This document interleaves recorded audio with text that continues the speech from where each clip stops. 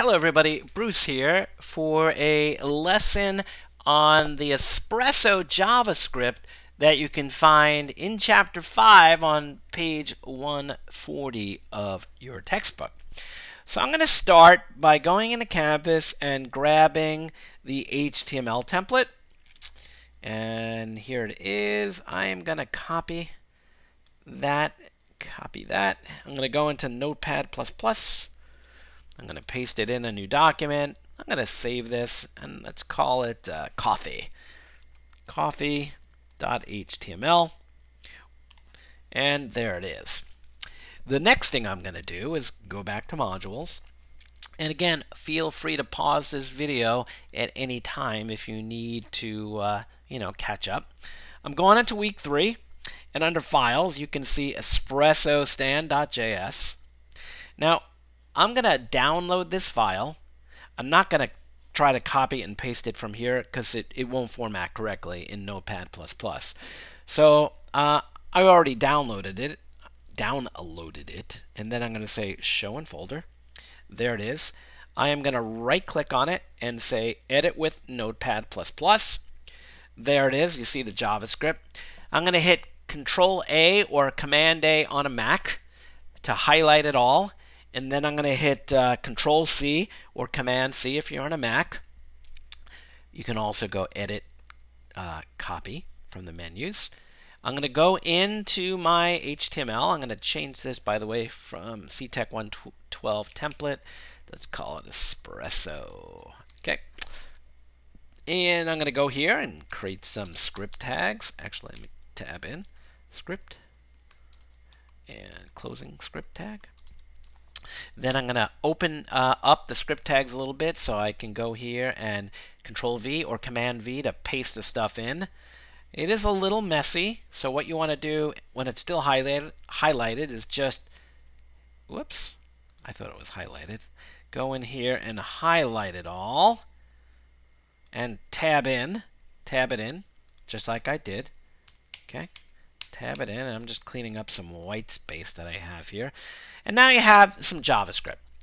Save the file, right? Control-S or Command-S on a Mac, and then run, launch in Chrome, and then you need to open up the console. So Control-Shift-C or Command-Shift-C on a Mac. Okay, I'm not on a Mac. I'm on a PC now. Oops, wrong software. Okay, let me just do it here. Command-Shift-C. I keep pushing the wrong thing because let me just go to the menu here. Ready? I'm in the menu on the right, upper right. I'm gonna go to More Tools and then Developer Tools. So Control-Shift-I. Why did I forget that? Control-Shift-I or Control-Shift-C. Okay, so I did that. And you can see on the bottom here, absolutely nothing appeared in the console. Now, if your console is up on the right here, you can see these 3 dots. I'm in the middle of the screen on the right. You see right here, you can choose where you want to show, right, the console and the output. I like mine at the bottom of the screen here, okay? So notice, nothing at all, right, got logged out to the console because the code, right, this code that we have isn't doing anything right now, right? It's just a bunch of JavaScript. So the first thing I want to do is go through the code with you, okay? Now this code is used to calculate the price of a fancy coffee, right? Known as a latte, an espresso, a cappuccino, or Americano.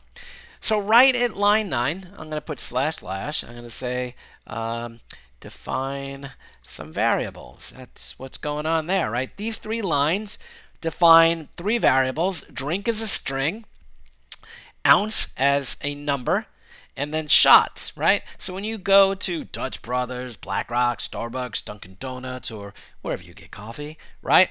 You tell them you want a latte, and the number of ounces and the number of shots, right? So those are 3 variables. The first one, drink, is a string. Latte, the next is a numeric value, ounce 12, and shots 2. Notice the semicolon after each statement and the var keyword preceding each of the variable names, right? So we have three statements, right? Three statements. Okay, so the next thing is we're defining a variable called price, which currently is undefined, right? We're not setting it equal to anything. And in JavaScript, there's a special value, right? It's called undefined, right? If you try to print out the value of price or log it out, it would say it's undefined because it is in fact undefined. We're just creating a placeholder, right? Var price. It's just a placeholder. The next variable is called tax rate, right? Because in our state, we get charged for food, right? So what this means, right, is that for every dollar you spend, you're going to be charged 8.8 cents, right? Or 0.088, right? And I'll show you this shortly. This is it in a decimal format, right? So 8.8% is really the number 0.088. Okay, so now there's some decisions that are going on here, right? It says if the drink is an espresso, then the price is $1.40. They're saying then if, on line 19, if the drink is a latte, right, or, right, this is a logical operator, or, right, it says either this thing is true or this statement here is true. Drink equals cappuccino. If either one of these is true, which it is because latte is drink, right? Then down here we do all this stuff. We say if the ounces is 8, then the base price is $1.95. If the ounces is 12, bing, bing, bing, which it is, then it says the base price is $2.35. And if the ounces is 16, the price is $2.75, right? Now, notice there's something different here, and something actually different here on line 18, right? The if statement that you've learned always had the seagulls, right, or the curly braces. And I always like to use them, even if I have one statement that needs to be executed if the if statement, right, is true. But I'm going to add them here, right? I'm going to take what the book had on page 140. I'm just going to add these in here because, whoops, if I can type correctly today. Okay, and I'm going to do the same thing on these, right, on lines 21. I'm going to add this guy in right here. And notice how I make them line up, right? Just study the way my code is formatted. You know, you may want to format yours a different way, but I like to have my closing curly braces lined up, right, with the if or the else, okay? And let me do it here on line 27. There it is. I also like to go in here and say // and if, right? So I know what these closing braces or closing seagulls, what they're for. And if you remember, right, the // is a comment. It doesn't get executed. It's just there for the programmer to see. And again, here's another one, and if, right? Okay. So that's that, right? So here's what happens if the drink is a latte or a cappuccino. Now, if the drink's an Americano, it says that the base price is this formula, right? This thing on line 33. So I'm just going to add some curly braces around that as well, just to clean things up. And then we have two more statements that calculate, takes the base price, then it makes provisions here for the number of shots in the drink, and then it takes that price and adds to it the tax, right? So it takes the price, calculates the tax, right, and then adds, it calculates the tax for the price and then actually adds that back into the price, and you get a new total price right here. Okay, a lot going on here, right? But it really is a good example, right? So if I run the script, nothing's going to happen because we are not telling it anything, right?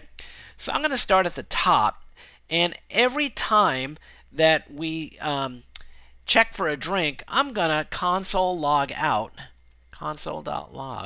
the drink, just so I can see what's going on, and I got to put my semicolon at the end there. Remember, press pause if I talk too fast. And down here too, right? right below this seagull right here, right? I'm going to pull that in, and I'm going to say console.log, the drink, semicolon. So if it's a latte or a cappuccino, it's going to print out the drink in here. Same here, right? I can then print out, other things if I wanted to, the base price here and all this stuff. But I'm trying to put provisions in my code so I know where things are going, right? So if it prints out espresso right here on the console, right, I know that it made it here. It's actually going to run this particular code here. So the next thing I'm going to do, right, is head on down here to Americano, and I'll say here, again, neatness counts. I'll put in here drink, right, because it's a variable. And then here I'll put another console.log that says, I'm going to do this, price before tax, right? Then I'll put in here price. Remember the comma. Remember we did that in class. And then I'll put another console.log here and say price with tax, right? With tax. Then I'll put price again, because that price will have changed. And I'll hit Control S on a PC, Command S on a Mac to save it. I'll head on back to Chrome. I'll hit Shift and refresh. And now I can see some output here. And let me make it, oops. Believe it or not, I'm running a PC on a Mac here, and I always hit the wrong keys. So you can see here it says latte. The price before tax is $2.85, and price with tax is $3.10. So is that correct? So price before tax $2.85, price with tax $3.10. Let's go back. You always want to check, right? So I did what? A 12-ounce latte.